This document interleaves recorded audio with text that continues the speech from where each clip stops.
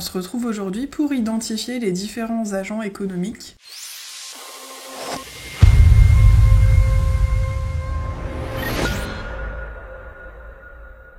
On va supposer que vous intervenez en tant que salarié.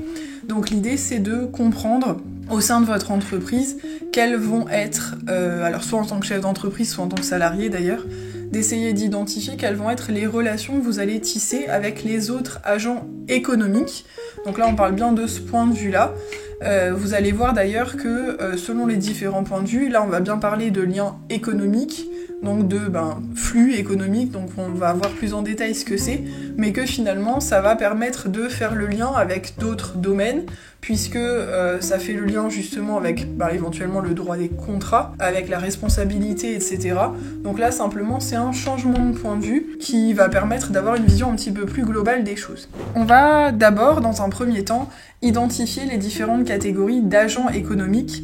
Alors simplement déjà par rapport au terme, si le terme vous est complètement inconnu, il faut bien comprendre que nous, en tant qu'individus, on est identifié en fait selon les secteurs de différentes manières. D'un point de vue juridique, on va parler effectivement de personnes, puisque les conséquences juridiques vont être liées au fait qu'on est considéré ou pas comme une personne, et donc il peut y avoir des personnes physiques, donc nous, des individus, et il peut y avoir aussi des personnes morales, donc globalement des sociétés, même si c'est pas le seul cas. Ça pour le coup on en parlera dans une future vidéo. Au sein de l'entreprise, vous allez être vus comme des salariés, et donc d'un point de vue du management, on va parler de vous finalement selon différents critères, soit en fonction de votre fonction d'ailleurs, alors cette phrase est pas très heureuse, mais selon votre fonction ou selon votre niveau hiérarchique, on va vous considérer différemment et ça va avoir un impact sur la gestion qu'on va faire de vous en entreprise. Donc là, pour le sujet qui nous intéresse aujourd'hui, la vision et donc le point de vue est purement économique. Et donc simplement, quand on parle d'agents économiques, il va s'agir de personnes, physiques ou morales, qui vont avoir un impact sur l'économie par les décisions qu'ils prennent et donc qui vont interagir les uns avec les autres. Pour comprendre un petit peu le système, comprendre les liens entre les différents intervenants sur le marché, on a simplifié finalement le raisonnement en identifiant 6 catégories principales d'agents économiques. Donc, comme je vous l'ai dit tout à l'heure, l'idée quand même c'est de partir du point de vue de l'entreprise et de vous en tant que chef d'entreprise ou salarié pour comprendre finalement les liens qui vont se construire dans le cadre de votre activité professionnelle. Donc, naturellement, le premier agent économique dont il est question, c'est l'entreprise. Alors d'ailleurs, d'un point de vue économique, on les appelle pas comme ça, on parle plutôt des sociétés non financières. Donc ce qui veut dire qu'effectivement, il va y avoir 2 types de sociétés, les sociétés financières et les sociétés non financières. Donc je commence par les sociétés non financières, c'est donc les entreprises qui vont avoir pour fonction spécifique dans l'économie de produire et de vendre des biens ou des services sur le marché. Donc c'est finalement les entreprises qui créent de la valeur et qui permettent de répondre aux besoins des consommateurs. Les consommateurs ne sont pas identifiés en tant que tels dans le circuit économique. On parle pas de consommateurs, on parle de ménages. Donc si je dois donner une définition plus précise, les ménages, c'est les habitants d'un même lieu, en fait, des personnes qui vont partager le même logement, qu'elles partagent ou non un lien de parenté. Donc il faut bien comprendre du coup que si vous habitez seul, vous constituez un ménage en fait à vous tout seul. En revanche, si vous êtes plusieurs membres de votre famille dans votre logement, vous êtes également considéré économiquement comme un ménage. Donc je le disais, les ménages vont avoir différentes fonctions finalement dans l'économie. La principale, et donc celle qu'on identifie, c'est le fait de consommer des biens et des services. Donc finalement, c'est le point de départ de l'économie puisque c'est pour répondre aux besoins des consommateurs que tout le reste du circuit existe. À ce titre-là, simplement en termes de ressources, pour pouvoir consommer, il faut que les ménages aient de l'argent à disposition. Donc finalement, elles vont aussi interagir avec les entreprises à un autre niveau, et donc à un autre niveau non des moindres, c'est-à-dire elles vont intervenir en tant que salariés, c'est-à-dire que les ménages vont par ailleurs fournir leur force de travail moyennant un salaire. C'est grâce à ça du coup qu'elles vont générer des revenus et c'est avec ces revenus qu'elles vont être capables ensuite donc de consommer et donc de remplir leur fonction principale dans l'économie. Donc les deux premières catégories, les entreprises, donc sociétés non financières et les ménages. La troisième catégorie, c'est donc les sociétés financières.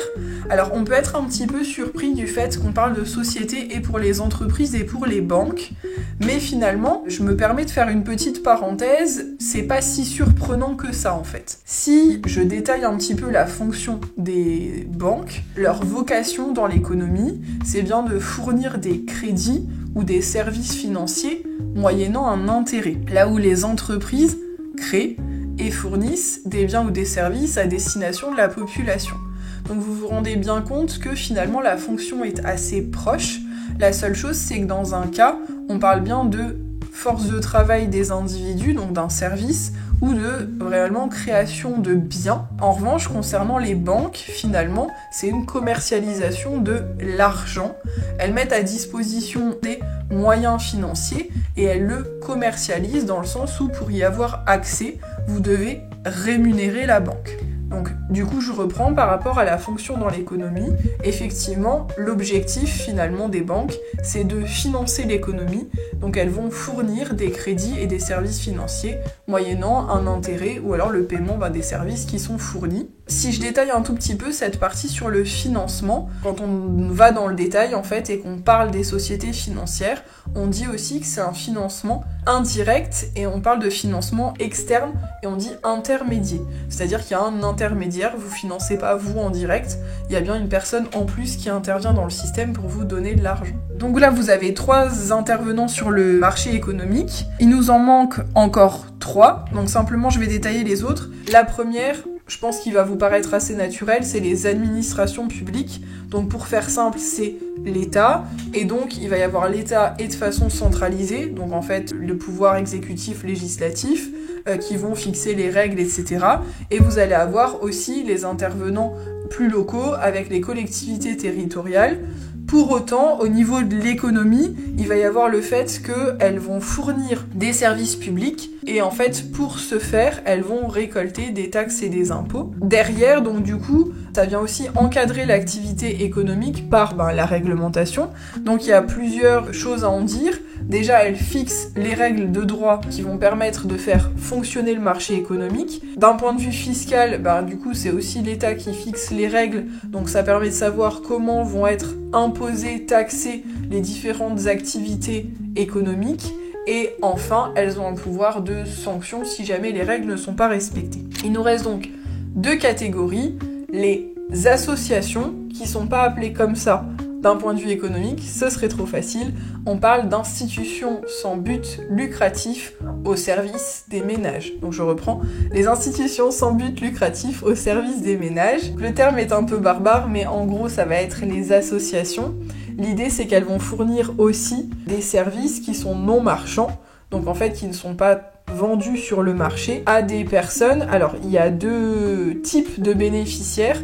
Soit c'est des personnes qui sont adhérentes, donc dans ce cas-là, je vais prendre un exemple qui vous parle à tous, c'est l'association sportive. Pour participer en fait à l'association sportive de votre quartier, vous allez bien payer une adhésion. Et puis il y a le fait que vous puissiez bénéficier des services d'une association parce que vous êtes bénéficiaire déterminé en fonction de certains critères. Donc par exemple tout ce qui est Resto du Cœur, Croix-Rouge, etc. Si vous remplissez les critères pour être bénéficiaire, à ce moment-là vous bénéficiez aussi des prestations qui sont proposées. Donc ça c'est les 5 catégories d'agents économiques qui interviennent sur le territoire national. Il y en a une dernière qui est le reste du monde, puisque vous savez que le fonctionnement de l'économie n'est plus national, il est mondialisé, et donc on gagne de l'argent ou on consomme aussi des produits qui sont pas sur le territoire national. Donc simplement dans l'économie, le rôle du reste du monde, ça va être d'importer et d'exporter des produits.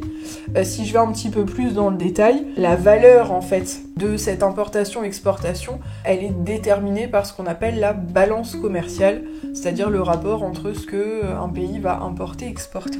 Je repars sur mon histoire de financement. Il faut quand même faire une parenthèse à ce sujet, puisque le fonctionnement de l'économie dépend de la capacité aussi à financer les différentes activités. Donc on a bien expliqué déjà que sur le marché, de manière générale, on a un agent dont le rôle est de financer l'économie, c'est la banque. Pour autant, il y a d'autres moyens de financer l'activité, et donc on va les détailler tout de suite. La première chose, c'est la capacité d'autofinancement, qui fonctionne aussi bien pour les entreprises que pour les ménages d'ailleurs. Là pour le coup je parle au niveau de l'entreprise, mais peu importe, ça s'étend à d'autres domaines. L'autofinancement, c'est simplement le fait d'être capable d'épargner pour pouvoir investir par la suite. Donc en fait c'est la conservation de l'argent qui va vous permettre toujours de consommer, mais de façon différée. Donc de la même manière que vous pouvez économiser de l'argent pour partir en vacances, une entreprise va pouvoir économiser de l'argent pour pouvoir investir plus tard, racheter des machines, faire de la recherche et développement, etc. etc. Donc ça, on parle en économie d'autofinancement. Donc ça c'est le deuxième point, vous avez les banques et vous avez la possibilité de vous financer vous-même. Ensuite on a un autre intervenant. Là pour le coup c'est pas un agent économique en tant que tel, c'est plutôt un marché. Donc simplement si j'explique, un marché c'est un lieu de rencontre entre l'offre et la demande, donc sur différents types de produits, et d'ailleurs il y a différents types de marchés. Le premier c'est le marché de la consommation classique, donc le marché des biens et des services, et donc je devrais dire d'ailleurs les marchés des biens et services. Ensuite on a le marché du travail, dont on parle souvent, le terme vous est pas inconnu, c'est le fait de mettre sa force de travail à disposition pour des entreprises qui vont avoir besoin de main-d'œuvre. Et le dernier marché qui nous intéresse pour la partie du financement, c'est le marché financier. Donc on parle d'ailleurs aussi des marchés financiers. Si je vulgarise un petit peu, c'est la bourse. Sur les marchés financiers, là aussi, c'est le fait de mettre à disposition de l'argent pour des agents économiques qui en ont besoin. Donc principalement des entreprises ou des institutions. Comme tout à l'heure, pour le fonctionnement des banques, c'est bien une commercialisation de l'argent, ou en tout cas une mise à disposition. Donc finalement, là, on fait se rencontrer deux types d'agents économiques, ceux qui sont à capacité de financement et qui ont envie d'investir, et ceux qui sont à besoin de financement et qui ont besoin en fait d'argent pour pouvoir se développer. Donc si je détaille un tout petit peu ce point-là, au niveau des marchés financiers, on a deux types de marchés, le marché primaire, le marché secondaire. Le marché primaire, c'est le marché qui va permettre de financer l'économie de manière générale, puisque c'est la première mise en bourse, et donc ça va permettre à l'entreprise de demander de l'argent supplémentaire contre une contrepartie qui peut être de différents ordres. Vous allez pouvoir aller voir cette vidéo qui détaille un petit peu plus ce point-là. Le marché secondaire, c'est en fait la bourse telle qu'on en entend parler au quotidien, quand on parle de cotes boursières, etc. Donc en fait, ça va être le moment où les titres vont se revendre sur le marché en fonction de l'offre et de la demande, et donc les prix sont fixés en fonction de ça. Donc là, du coup, on a trois moyens de financement. Je m'autofinance, je fais appel à un crédit, je fais appel au marché financier, avec toutes les conséquences qu'il y a derrière. Mais comme je le disais, vous pouvez aller voir ça dans l'autre vidéo. Simplement, ces dernières années, alors ça commence à dater un petit peu, mais pour autant, c'est quand même des nouveaux moyens. On a de plus en plus de nouveaux moyens de financement qui apparaissent, qui sont liés un petit peu à l'émergence des technologies, pas que, mais finalement ça a été accéléré par les technologies. On va en citer 4, mais finalement c'est pas les seuls. Vous avez le financement participatif, qu'on utilise en fait de plus en plus, on en entend parler tout le temps, vous avez régulièrement des campagnes de financement participatif. Il suffit que vous soyez abonné à des newsletters de certaines entreprises pour être assailli de messages dans votre boîte mail. Donc là, c'est la proposition sur des plateformes numériques de participer à des projets qui vous tiennent à cœur. Là aussi, contrepartie, et c'est donc l'entreprise qui va fixer les contreparties possibles. Ça peut être, par exemple, un financement pour la mise sur le marché d'un nouveau produit. Vous pouvez avoir par exemple l'exclusivité sur le nouveau produit ou des tarifs préférentiels. Vous pourriez avoir une réduction qui est donnée sur vos prochaines commandes sur l'entreprise. Enfin, il y a différentes modalités, mais en tout cas c'est l'entreprise qui vous propose le financement participatif, qui vous propose aussi une contrepartie derrière. Ensuite, on a ce qu'on appelle les business angels, c'est des investisseurs qui vont mettre de l'argent souvent dans des sociétés innovantes. Donc on parle beaucoup des business angels quand on parle des startups.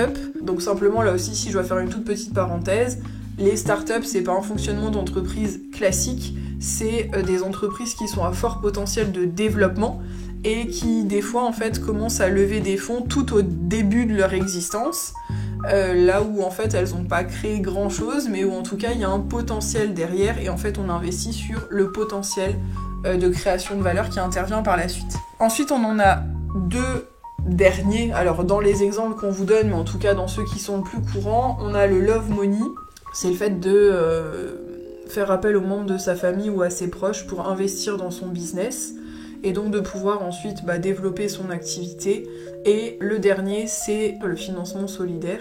Donc ça, en fait, c'est dans certains secteurs d'activité où, comme de plus en plus on parle d'économie circulaire, etc., là, c'est l'idée du coup de se financer dans certains secteurs qui sont axés sur la solidarité entre les individus.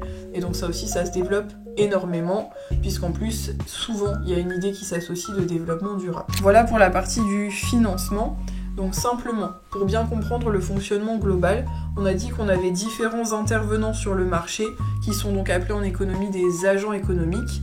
On a d'ailleurs dit qu'il y avait différents types de marchés. Pour que tout ça fonctionne, il faut quand même qu'il y ait de l'argent qui circule par différents moyens qu'on vient d'évoquer. Et donc tout ça nous permet de faire fonctionner un circuit. Donc il faut bien comprendre que l'économie, c'est pas que de la relation de personne à personne, c'est en fait tout un fonctionnement circulaire, puisqu'en fait l'argent va circuler, d'ailleurs l'argent et les biens vont circuler entre les différents individus. C'est bien pour ça qu'on parle de seconde main de plus en plus. Et donc il va y avoir un transfert de flux, donc soit des flux réels quand on parle de biens, soit des flux monétaires entre les différents individus. Donc si vous comprenez bien, l'économie est basée sur l'idée de financement, c'est-à-dire qu'il va falloir avoir de l'argent d'un côté pour pouvoir produire. Pour ça, en fait, vous allez avoir besoin d'intervenants extérieurs qui vont vous donner de l'argent. Grâce à ça, vous allez produire, vous allez pouvoir rembourser cet argent-là. Et donc tout ça fait fonctionner le système quand tout va bien de manière vertueuse. Voilà pour cette vidéo sur les différents agents économiques. J'espère que ça vous a éclairé un petit peu. Et je reviens vers vous dans de nouvelles vidéos pour pouvoir préciser d'autres notions. À bientôt!